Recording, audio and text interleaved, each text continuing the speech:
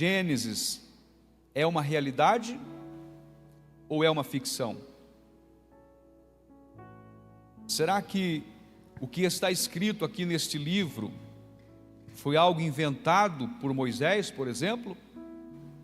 Ou será que o que está escrito neste livro de fato aconteceu exatamente como está escrito?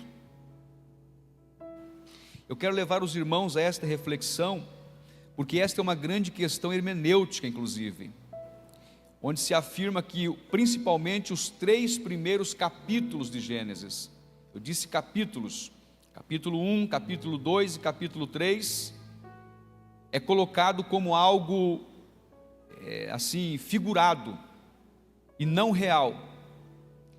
E a gente tem muita preocupação, porque nós temos muitos universitários na igreja, muitos jovens estudando, e lá na escola é uma preocupação muito grande, porque nem todos os professores vão ensinar aos nossos filhos o que de fato está na Bíblia. Eles vão ensinar as teorias que existem nos livros. Então nós precisamos ter muito cuidado, irmãos, e levar essa informação aos nossos filhos, para que eles entendam que o livro de Gênesis é um livro real. O que aconteceu foi de fato exatamente conforme está escrito. Não é ficção, não é mentira, mas é realidade. Estou dizendo isso, irmãos, porque essa passagem aqui, principalmente os 3 primeiros capítulos de Gênesis, é absolutamente vital, importante para o cristianismo. Nós precisaríamos ler e reler, estudar a cada dia o que está escrito no livro de Gênesis, especialmente os 3 primeiros capítulos. Porque se nós negarmos a veracidade do livro de Gênesis, nós vamos ter que negar também a veracidade dos demais livros da Bíblia, aliás, de toda a Bíblia, porque em todos os livros da Bíblia nós temos relatos da criação, da obra de Deus. Então nós precisamos entender e aceitar pela fé que o livro de Gênesis não é ficção, mas é realidade. Porque se nós colocarmos em xeque a integridade do livro de Gênesis, vamos colocar em xeque a integridade dos demais livros da Bíblia Sagrada. E você não vai ter condições de sustentar que você verdadeiramente é um cristão. Se você negar a veracidade do livro de Gênesis, você está a um passo de se tornar um ateu. E hoje, os maiores formadores de ateus, ou as maiores formadoras de ateus, são as universidades. Muitos chegam lá crentes, saem de lá descrentes. Chegam lá convertidos, saem de lá desviados. Chegam lá crentes, saem de lá ateus, muitos deles. Então nós precisamos entender a importância do livro de Gênesis para nós, porque isso é importantíssimo para o cristianismo. Eu estou falando aqui, irmãos, da absoluta necessidade de nós termos o livro de Gênesis, estudarmos, praticarmos o que nele está escrito. Por exemplo, sem o livro de Gênesis, não há como você explicar a existência de Deus. Não há, viu, irmão? Sem o livro de Gênesis, não há como nós explicarmos a existência de Deus. E um fato curioso aqui é que o livro de Gênesis não inicia explicando a existência de Deus, mas ele inicia afirmando a existência de Deus. Olha que coisa interessante. Então, o autor do livro de Gênesis, que seja Moisés, ele vai explicar, ele vai afirmar que Deus de fato é. Deus de fato é Deus. Ele parte aqui no estudo humano, ele parte do pressuposto que Deus existe. Então nós entendemos e aceitamos pela fé, porque está escrito no livro sagrado. Ninguém consegue explicar a existência de Deus sem o livro de Gênesis. Nós também não vamos conseguir explicar a origem do homem sem este livro. Não há como explicar, porque aqui nós temos a explicação da origem do homem. Se nós não aceitarmos o que está escrito aqui, nós vamos cair no naturalismo ateísta, que nega a existência de Deus.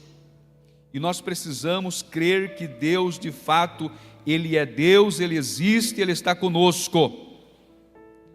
Aí você teria que acreditar também que a vida surgiu espontaneamente e que o homem, o ser humano, é resultado de uma evolução de milhões e milhões de anos, porque foi exatamente isso que eu aprendi lá na escola. Eu aprendi que o homem é resultado da evolução de milhões e milhões de anos. Mas ao examinar as Escrituras, especialmente o livro de Gênesis, eu entendi que aquilo que eu aprendi não é a verdade, é apenas uma teoria, mas o que está aqui é a realidade, e a minha fé está dizendo que é uma realidade. Então nós cremos na inerrante, infalível palavra de Deus. Então nós precisamos crer e estudar o livro de Gênesis para explicar a origem do homem. Por isso que nós cremos na historicidade de tudo que está escrito aqui, e vamos entender que o homem e o universo não é produto da evolução, mas é obra da criação das mãos de um Deus que é grande, que é poderoso, que é maravilhoso, que pode todas as coisas. Ele criou tudo que existe pelo poder da sua palavra.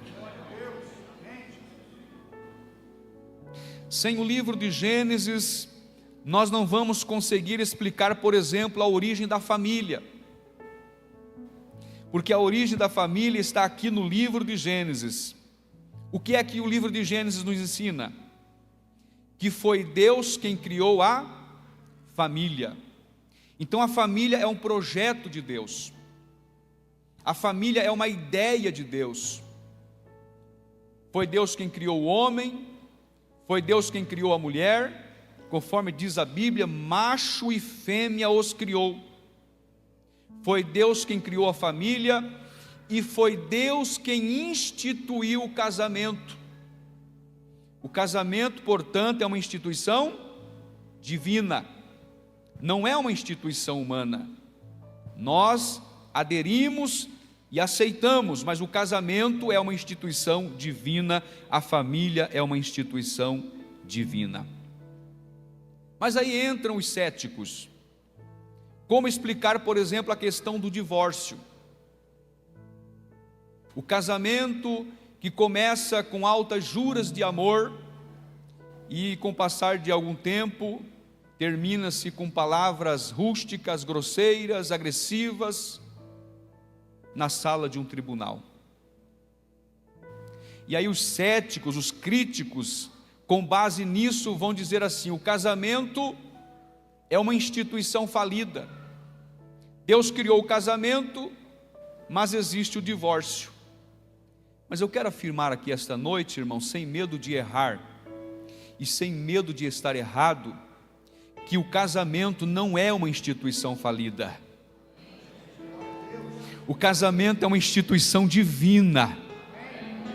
Foi Deus quem criou, foi Deus quem instituiu, foi Deus quem abençoou. Quantos creem nesta verdade bíblica? Aleluia. Enquanto houver história até Jesus voltar, vai existir o divórcio, viu, irmãos? Vai existir. Porque Jesus, dizendo lá no Sermão do Monte, ele disse assim, que se casam e se dão em casamento. Está falando a respeito do divórcio. Se casam e se dão em casamento. Foi Jesus quem ensinou lá no sermão profético. Eu estou dizendo isso, irmãos, porque há muitas pessoas por aí que atacam o casamento, atacam a família, mas a família é um projeto e uma realização divina. Quantos louvam a Deus pela família que tem? Glória a Deus. Então, sem o livro de Gênesis, não teria como explicar a origem da família. Foi Deus quem instituiu. Sem o livro de Gênesis, por exemplo, nós não vamos conseguir explicar a origem do mal. Sim. E quando se fala a respeito da origem do mal, é importante ter cuidado, irmãos, a respeito de uma teoria que existe por aí, a chamada teoria do hiato, que é aquela teoria do intervalo, dizendo que entre o versículo 1 e o versículo 2 de Gênesis, estou falando versículo, no princípio criou Deus os céus e a terra, versículo 1, a terra, porém, era sem forma e vazia. A teoria do hiato diz que entre o versículo 1 e o versículo 2, houve ali bilhões e bilhões de anos. Já ouviu falar que a terra tem bilhões e bilhões de anos?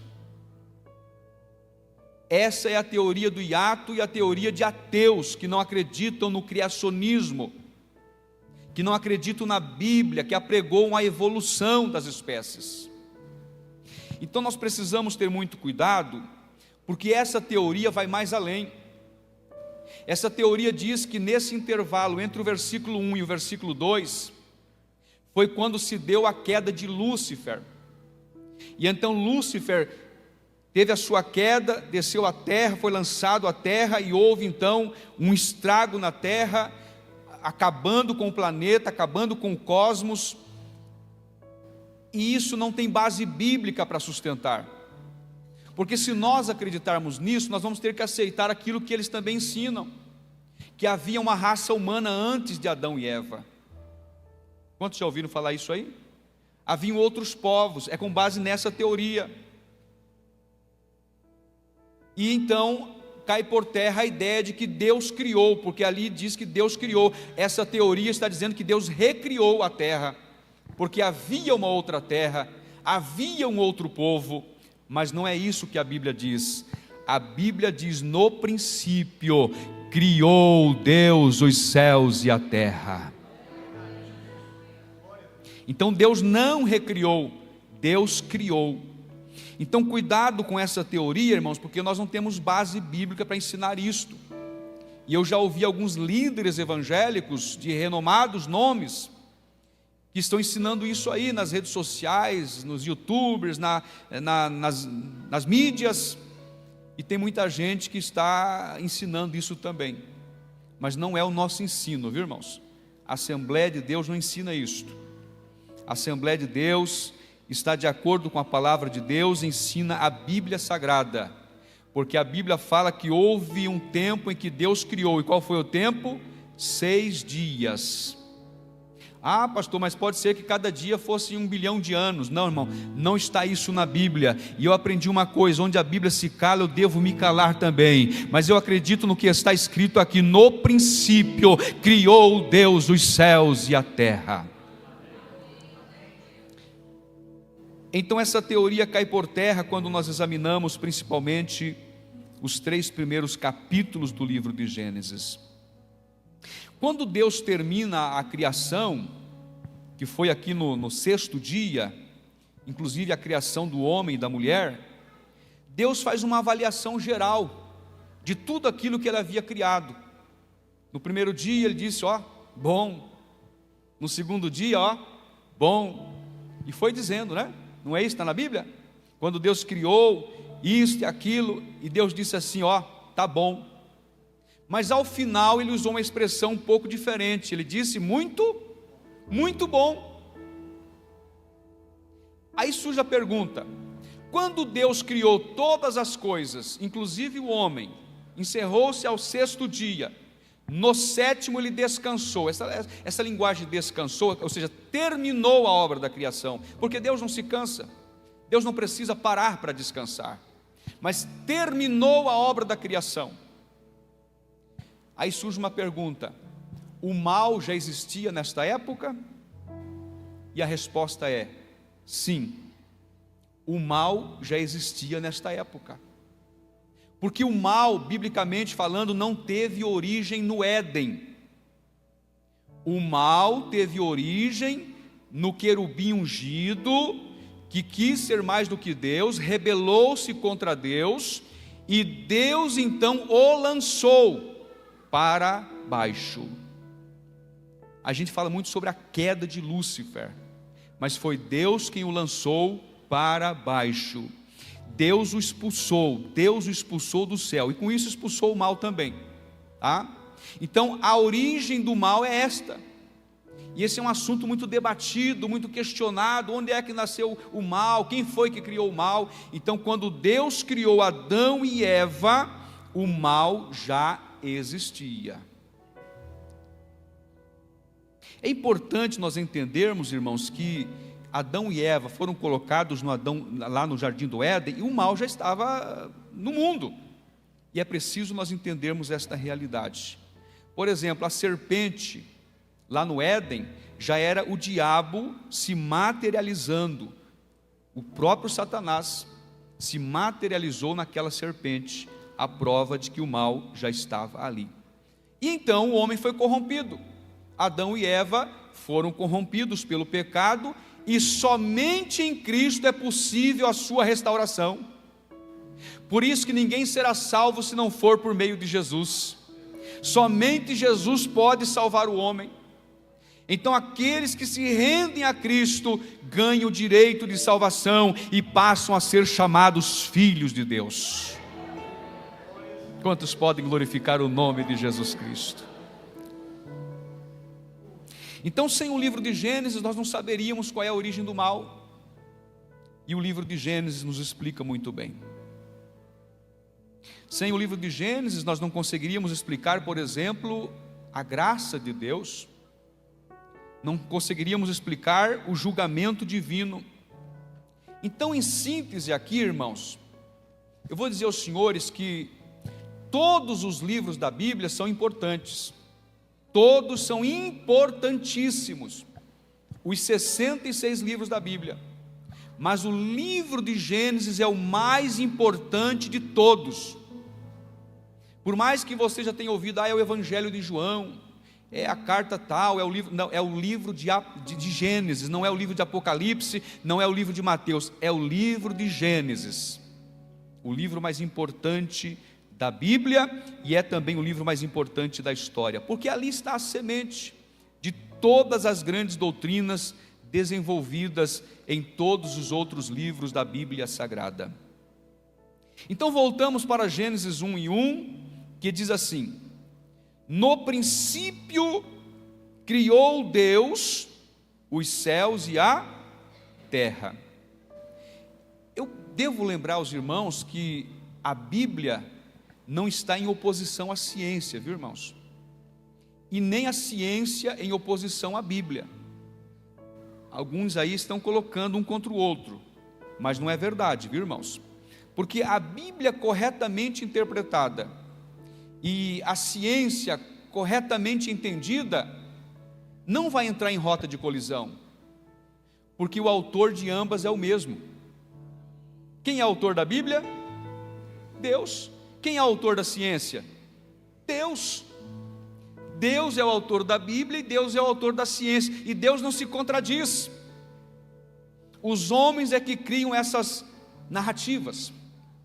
Então, no princípio criou Deus os céus e a terra.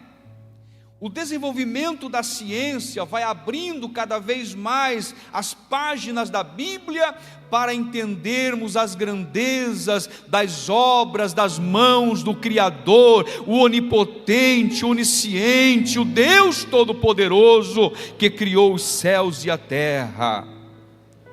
Irmãos, quando nós olhamos para algumas coisas da natureza, a gente consegue entender a grandeza de Deus, e nas mínimas coisas.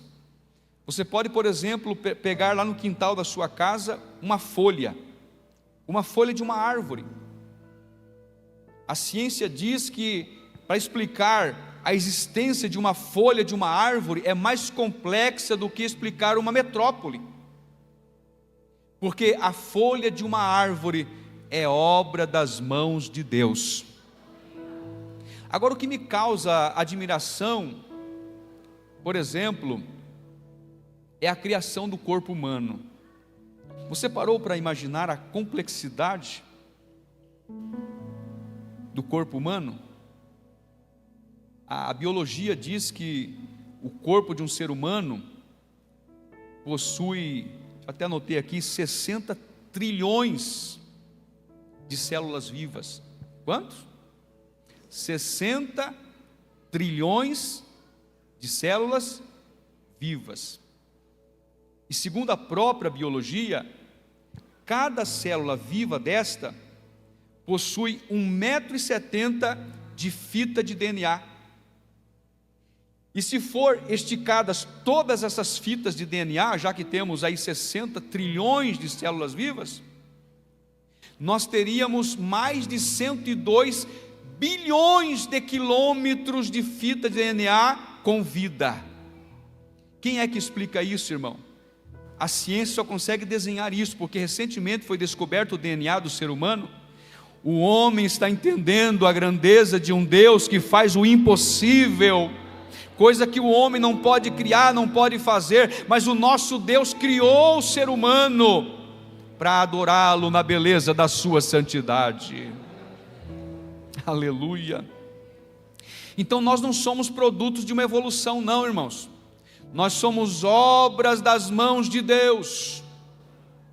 Alguém disse assim: o ser humano veio do macaco. Eu não vim do macaco e você também não veio do macaco. Nós viemos das mãos de Deus. Foi Deus quem nos criou, e glória a Ele, porque foi Ele quem nos fez do pó da terra. Nós não somos frutos da evolução, porque Deus plantou em nós os códigos de vida, irmão. Tem coisa que é só você que tem, viu, irmão? Ninguém tem mais igual a você. A sua cor de pele, a cor dos seus olhos, as suas digitais, o temperamento é exclusivo seu também. São os códigos da vida que Deus colocou em nós.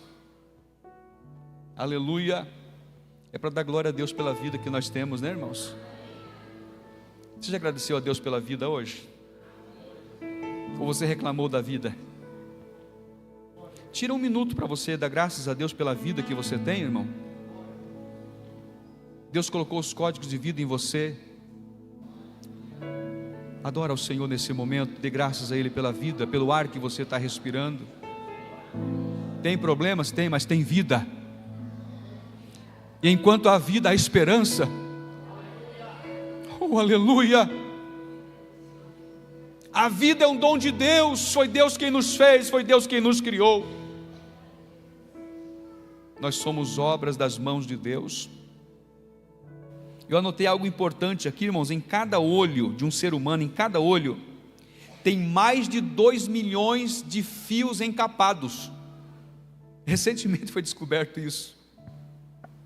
Eles são encapados porque se não fosse, eles entrariam em choque um contra o outro e você ficaria cego. Quem é que faz isso, irmão? Se não é a mão de Deus. A ciência descobriu isto, mas ela não pode fazer isto. A clonagem não deu certo, porque somente Deus pode fazer o ser humano. Então a criação é uma complexidade praticamente inexplicável. E quanto mais o homem avança na ciência, mais ele percebe a grandeza de Deus. Quanto mais a ciência se evolui, mais nós admiramos a obra criadora de Deus, nosso Senhor. Aleluia.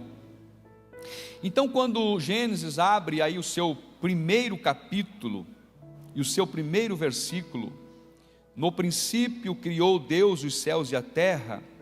Irmãos, esse versículo aqui é tão importante para combatermos essas teorias que existem por aí, pensamentos vigentes nos nossos dias.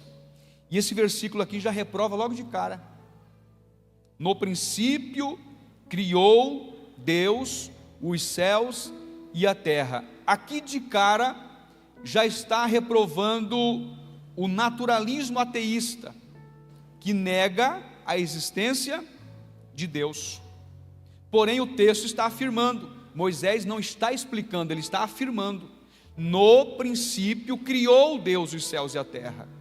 Então cai por terra essa teoria de tentar banir a existência de Deus. Como por exemplo, todos nós estudamos, é o caso de Darwin. Ele tentou banir Deus, dizendo assim: eu não preciso de Deus, eu tenho a explicação para a vida. Outro foi Sigmund Freud. Ele tentou banir Deus, dizendo: eu não preciso de Deus para explicar a psique humana. Outro foi Nietzsche, né? Deus morreu, Deus está morto. Eu poderia citar outros nomes aqui, mas são tão difíceis de pronunciar que eu vou deixar quieto. Mas você entendeu a mensagem aí?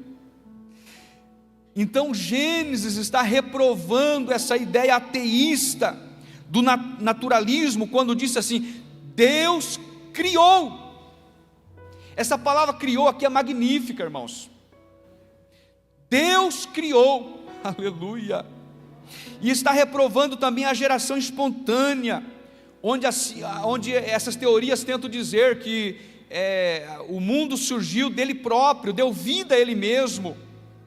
Isso é impossível, irmão. A vida não surgiu aleatoriamente, porque vida só procede de vida, isso é científico. Mas a teoria da evolução explica que foi algo espontâneo, que surgiu lá de uma mega célula e aí surgiu a vida. Ou então aquela teoria do Big Bang. Quantos já ouviu falar? Gênesis reprova também essa teoria, porque ela diz que houve uma mega explosão, e com essa mega explosão então houve o surgimento do cosmos, que é o mesmo que o universo.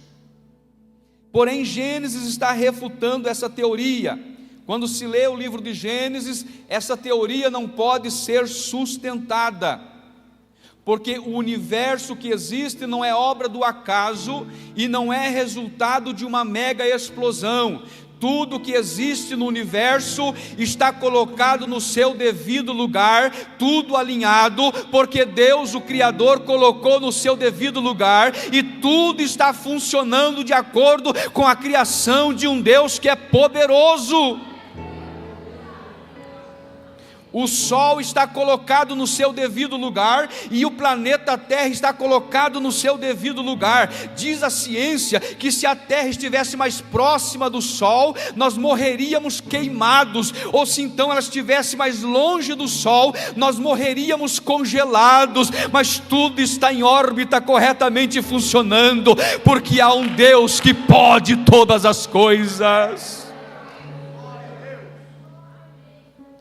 O universo não é obra do acaso, o universo não é fruto de uma explosão, não é fruto do Big Bang, não, é obra das mãos de Deus. Olha o exemplo da Lua, isso é conhecido por todos nós. A Lua é conhecida como a faxineira do planeta, porque segundo a ciência, se não houvesse a Lua, não haveria vida no planeta.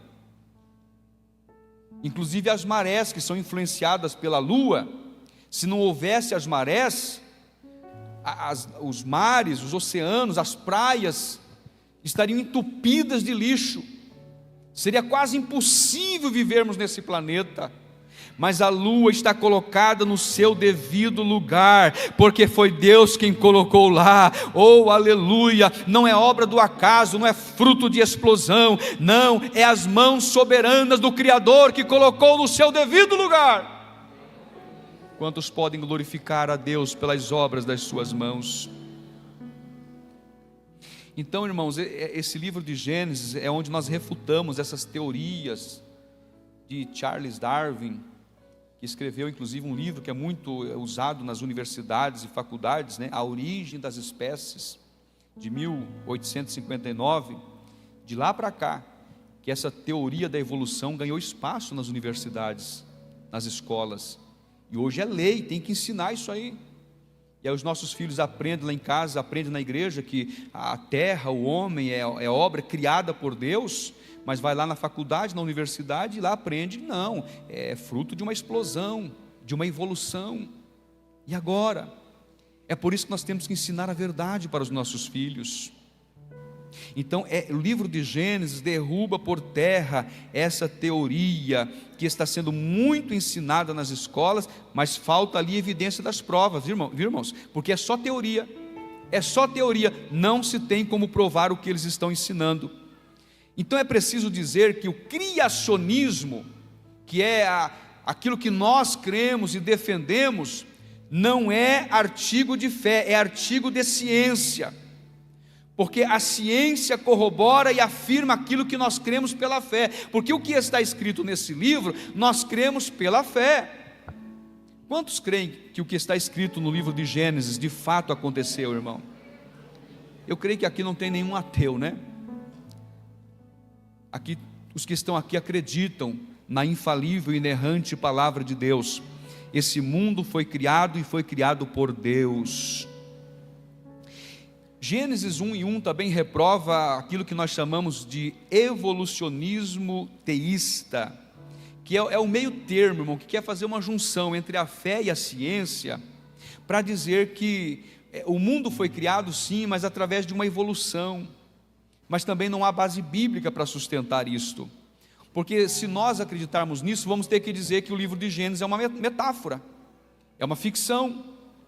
E se nós afirmarmos que o que está em Gênesis 1, 2 e 3 é ficção, vamos ter que dizer que os outros livros da Bíblia também é ficção. O que está lá não é realidade. Então o que está escrito na Bíblia é a inerrante, infalível, insofismável palavra de Deus. Quando Gênesis 1, do 1 a 3, afirmou: no princípio criou Deus os céus e a terra, ele está combatendo o ateísmo, que nega a existência de Deus. Ele está negando o politeísmo, que é a crença em vários deuses, e está também combatendo ou negando o panteísmo, que ensina que tudo é Deus e Deus é tudo. Então, só esses 3 versículos aqui de Gênesis, irmãos, é suficiente para combater essas teorias, e elas caem por terra. No princípio criou Deus os céus e a terra. Irmãos, o princípio aqui não é para Deus, viu? O princípio aqui é para a terra. No princípio criou Deus os céus e a terra. Então a terra teve um princípio, mas Deus não, porque Ele é eterno. Deus é eterno. A eternidade de Deus não teve começo e não terá fim, porque está muito além do tempo. Eternidade não é o tempo. No princípio criou Deus os céus e a terra. Isso aqui já derruba por terra aquele ensinamento que inclusive era defendido pelos gregos, de que a matéria é eterna, e a matéria não é eterna. Quem é eterno é o Deus criador da matéria. Aleluia.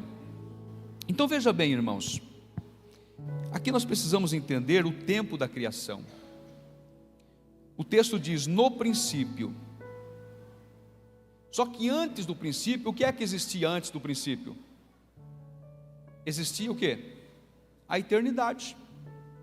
Então esse princípio é em um dado momento entre a eternidade e aquele momento que Deus estabeleceu para iniciar a criação de todas as coisas.